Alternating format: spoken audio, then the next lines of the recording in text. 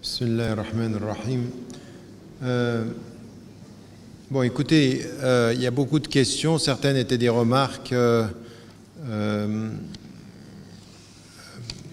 Mais j'aimerais juste dire une chose en amont de ceci.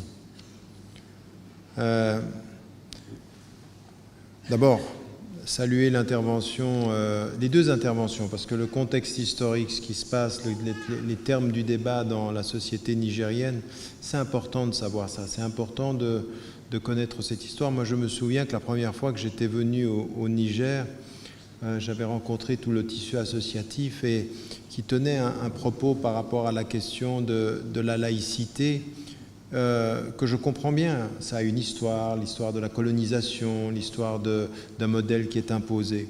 Mais les termes du débat de l'intérieur étaient mal posés, à mon sens, comme si on reproduisait une discussion sans comprendre de quoi on parle, qu'est-ce que l'on défend par rapport à cela. Et l'idée, comme je vous l'ai dit, de la distinction des autorités en islam. La distinction des autorités en islam, même avec le prophète alayhi salam, vous connaissez cette histoire, elle est très très importante. D'abord, la notion de shura, il l'a appliquée lui-même.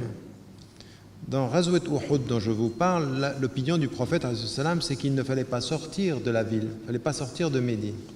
Et c'est des jeunes qui n'avaient pas pu participer, en particulier à Badr, qui voulaient en découdre et pouvoir vivre la même expérience, eu égard au succès de Badr et de tous les bénéfices spirituels et religieux qu'ils pouvaient en tirer.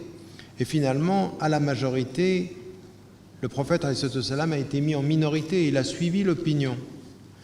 L'issue de la bataille lui donnait raison sur le principe, mais il a suivi l'opinion sur le principe de la majorité. Et le Coran, c'est le verset que j'ai cité tout à l'heure, lui demande de respecter le principe, quel que soit le résultat. Donc le principe de la délibération, même si à la majorité on a tort, c'est le principe de la délibération. Et donc le prophète, alayhi salam, il reçoit une révélation quand c'est religieux, c'est sami'na wa ata'na. Nous avons entendu et nous obéissons, mais quand il s'agit de la gestion des affaires publiques, de la gestion des affaires de la société, il délibère, il écoute. Et donc, de ce point de vue, il y a une distinction, bien sûr, des autorités. Mais la distinction des autorités ne suppose pas, comme on le fait souvent, le divorce entre les sphères.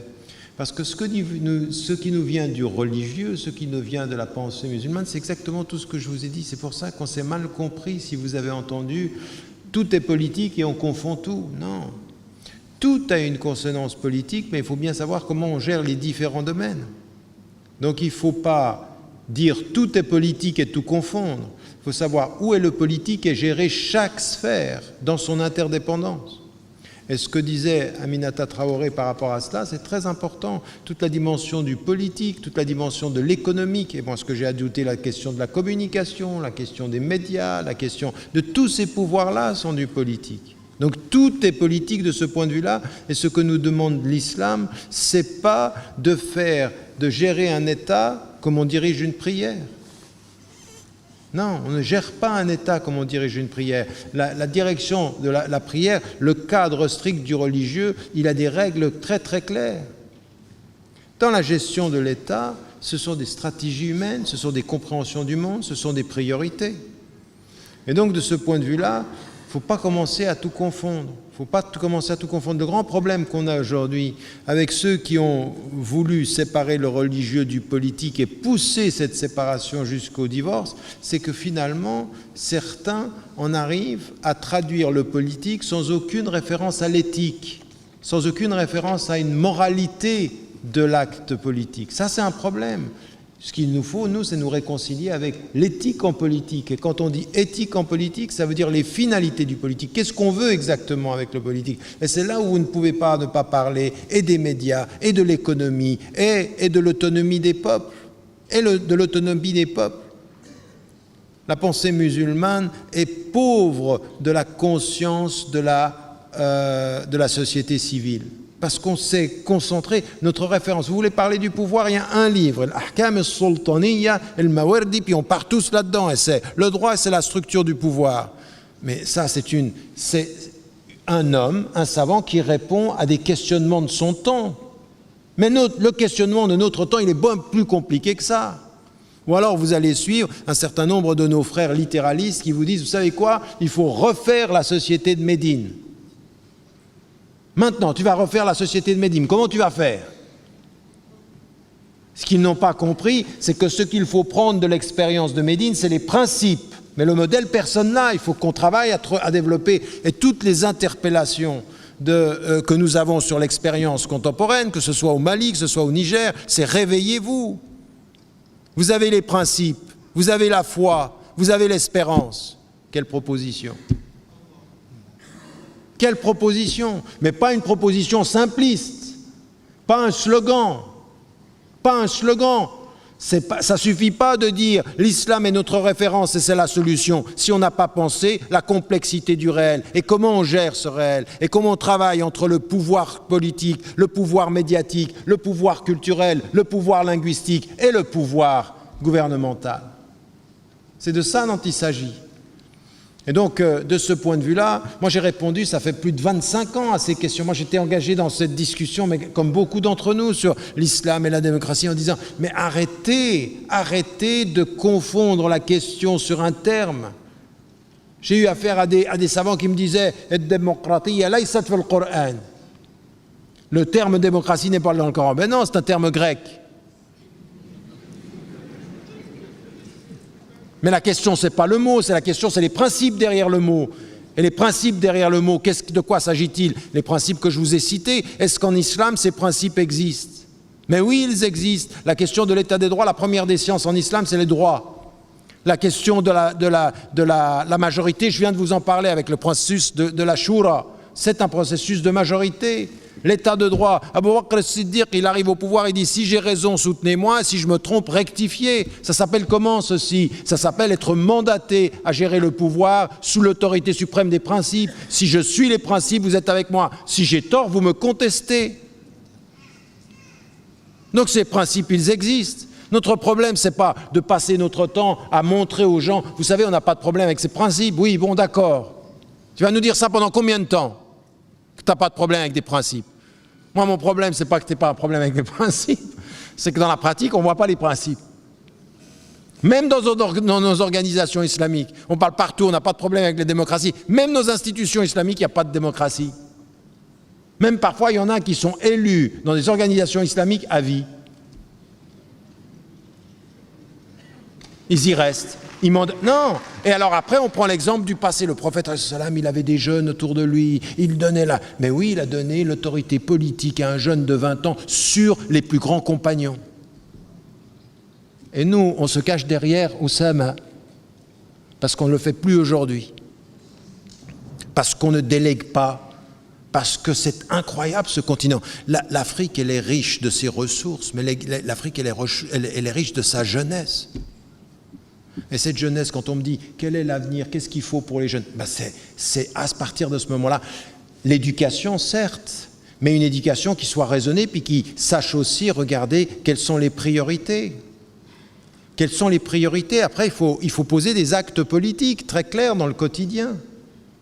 Et le premier acte politique, encore une fois, oui, la foi est espoir, mais la foi, elle est conscience, elle est lumière, elle a une certaine façon de regarder la vie, elle est une certaine regard. C'est pour ça que je vous ai dit tous ces principes. Ce n'est pas de la théorie, tout ce que je vous ai dit. Quand je commence par dire attention à la notion de la conscience, la question de la liberté, toute société qui ne donne pas aux individus les moyens de leur pensée libre et de leur autonomie sociale est une pensée qui agit contre les droits de chaque individu.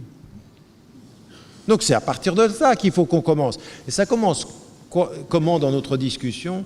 Moi je suis désolé, j'entends pas la même chose des deux côtés. Ici, j'entends une pensée qui fait la pensée critique d'un ordre, quand il parle de l'Occident, et puis qui questionne les musulmans en disant « Mais quel est votre degré de responsabilité, de prise en charge ?» De l'autre côté, j'entends des peuples et j'entends un certain nombre de personnes qui sont tout le temps dans la position victimaire. C'est venu de la colonisation, c'est venu d'eux. Et encore une fois, la force de ceux qui peuvent s'opposer à vos espérances, c'est de tirer profit de vos faiblesses. Leur force vient de notre faiblesse. Qu'à partir d'un certain moment, il faut se poser la question, il faut arrêter avec la pensée victimaire. Et puis commencer à faire des analyses un tout petit peu plus profondes de toutes ces réalités du pouvoir. En commençant par, vous savez, dans le débat politique, la force est celui qui pose les questions et qui vous oriente. C'est ce que je disais, la distraction stratégique. Et il va vous mettre en évidence un élément, puis vous passez votre temps à répondre. Le premier acte politique est un acte de communication, c'est questionner les questions avec lesquelles on vous questionne, vous. Elle dit, mais ce n'est pas ça mon problème. Mon problème, il n'est pas simplement comment je vais distribuer le pouvoir sur le plan légal, mais c'est effectivement toutes les questions qui sont liées à l'histoire, la mémoire. Vous êtes aujourd'hui, bien sûr, encore aujourd'hui, victime d'un processus historique par les colonisations, mais c'est vrai ça. Mais ça, il faut le questionner. Moi, ma position, on avait la même avec Aminata Traoré par rapport à la France qui intervient au Mali. Vous ne vous rendez pas compte de ce que j'ai reçu de mes frères africains. D'abord, on est venu. C'est marrant parce que quand vous venez et puis que vous apportez quelque chose, vous êtes en temps de paix, on dit « t'es un de nos frères ». Mais quand on n'est pas tout à fait dans la ligne politique, on dit « de quoi tu te mêles ?» Moi, dans mon discours spirituel, en France, on m'a toujours accueilli en disant « Ah, ça c'est un beau discours ». Puis quand j'avais le malheur de dire quelques critiques à la politique française sur la question, on dit « Ah, mais t'es pas français, toi. Occupe-toi de la Suisse. Ou de l'Égypte. » Vous voyez quoi, ce qu'on a intégré de manquement, parce que derrière tout ceci se cache une espèce de peur politique. Il ne faut pas qu'on touche à un certain nombre de questions. Moi, je pense qu'il faut qu'on touche à toutes ces questions-là, mais comprenez-moi bien. Moi, je n'ai pas dit tout est politique, on confond tout.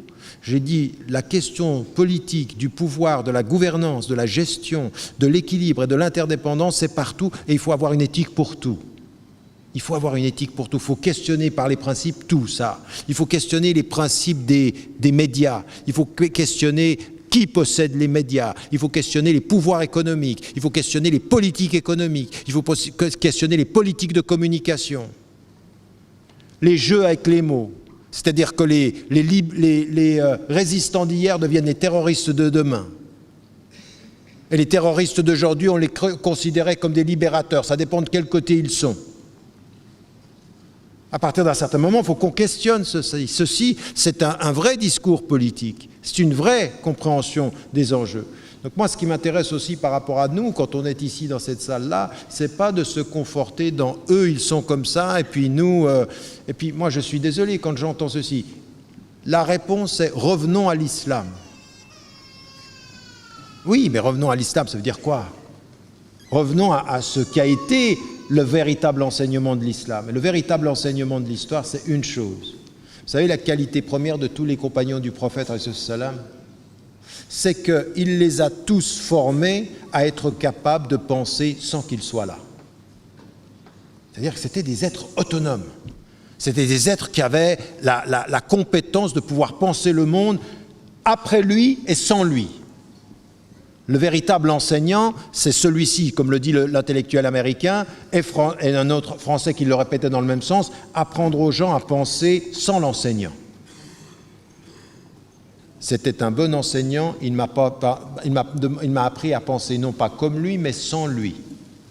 Et de penser les alternatives. Et moi, j'en reviens à ça, parce que finalement, elle ne veut pas prendre la parole maintenant, après les questions, mais je dirais simplement une chose. Si on résume tout ceci à une conscience politique qui pose des vraies questions en disant, est-ce que vous êtes prêts, au fond? Est-ce que vous êtes prêts à cette... Et ça commence par des petits détails. Ce que vous regardez, ce que vous consommez, comment vous vous comportez dans le quotidien, quel type de corruption vous acceptez. Moi, je ne sais pas, je veux dire, moi, les résistants politiques qui boivent les consommations qui leur sont imposées par les grandes multinationales, ça me fait... Il y a un problème quand même.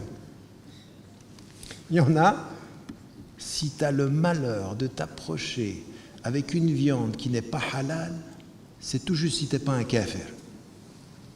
Mais quand il s'agit de la consommation des grandes multinationales, ça, bismillah. Si vous ne voyez pas la contradiction dans le détail, on ne va pas aller loin. On ne va pas aller loin, parce qu'à partir d'un certain moment, la vraie résistance, elle commence là. Où est le pouvoir culturel dans ce qu'on consomme? Aussi le pouvoir de la résistance dans notre façon de nous exprimer. Aussi là, tout ça, ça fait partie du politique. C'est de ça dont je suis en train de parler. Et ça amène à une chose que j'aimerais bien que vous compreniez. C'est-à-dire que tout ceci, tout ce que je suis en train de vous dire ici, c'est une spiritualité active. Moi, je suis absolument contre tous ceux qui nous présentent la spiritualité comme un espace apolitique. Je suis spirituel, donc je ne fais pas de politique. Ça, c'est un non-sens absolu. Je suis spirituel, donc je mets de l'éthique dans toutes les politiques. Si je suis spirituel avec Dieu, je mets de l'éthique partout. Donc, comment je mange. Si le prophète alayhi salam vous a donné l'exemple, vous savez, dans le détail de la discipline, commence par ta main droite. Pour celui qui regarde ça de l'extérieur, il se dit, il commence par la main droite. Ils sont programmés. Mais commencer par la main droite, dans la conception du rapport à la gestuelle, c'est toujours un acte de conscience qui accompagne le geste. Quand il allait commencer par la gauche, attention, la droite, la conscience de ce que tu fais. S'il y a de la conscience spirituelle dans ce geste-là, il doit y avoir de la conscience spirituelle dans ce que tu as dans ton plat. Qui l'a fait? D'où ça vient? Qu'est-ce que tu bois? Qu'est-ce que tu manges? Ça, ce sont des questions, mais ça commence là, le processus de libération dans ces détails-là. Puis ensuite, après, il faut s'engager. Et il faut s'engager à tous les niveaux.